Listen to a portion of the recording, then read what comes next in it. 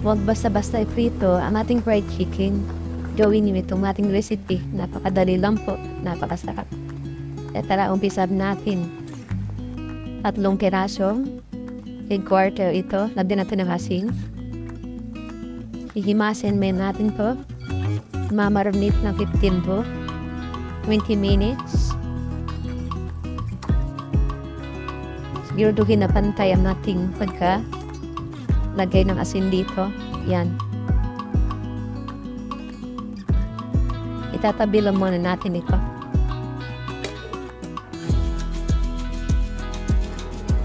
Dapat na basong tubig. Maglagay tayo ng sibuyas pula, 1 piraso.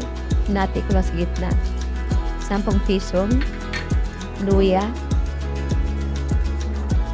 5 cloves na garlic. Pating kutsara ang paminta buo. 10 pesos na onion leeks. Tanglad. Wala na pong Mr. Anise, maglalagay ako dito ng dahon ng paminta. Then naubusan tayo ng Mr. Anise.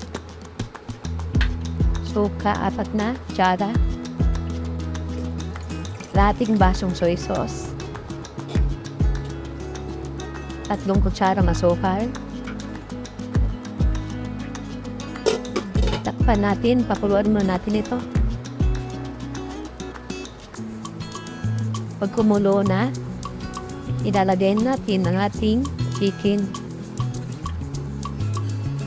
Lulutuin lang natin ito ng 15 to 20 minutes. Huwag masyadong sobra. Makalipas ang 15 minutos. Para sa akin, sakto na ito.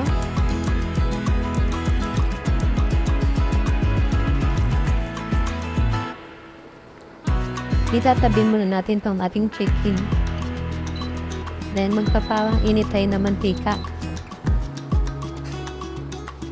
Mandalagay na lang tayo dito ng tissue. Para yung tubig niya. Hindi siya, tatalsik pag iprito.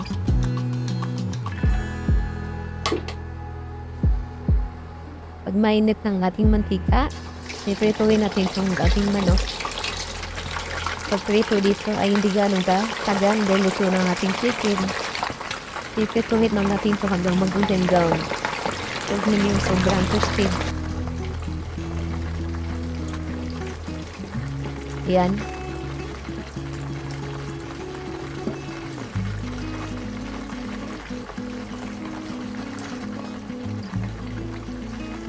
Babalik ta rin ko lang to. Ganyan lang dapat. Hindi siya ganun luto. Hindi masyadong toasted. Hindi po siya maganda tingnan pag toasted kasi liniit.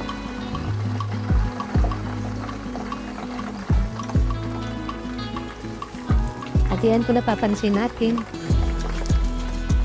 Napakasarap po. Kung gusto niyo na ganitong recipe, i-like, mag-comment, subscribe na rin kayo sa ating munting channel para ma-notify kayo sa iba pa nating video darating. Tatanggalin na natin to. Yan, napakasimple ng recipe natin pero masarap. Magugustuhan nito ng ating pamilya, lalo na sa mga bata.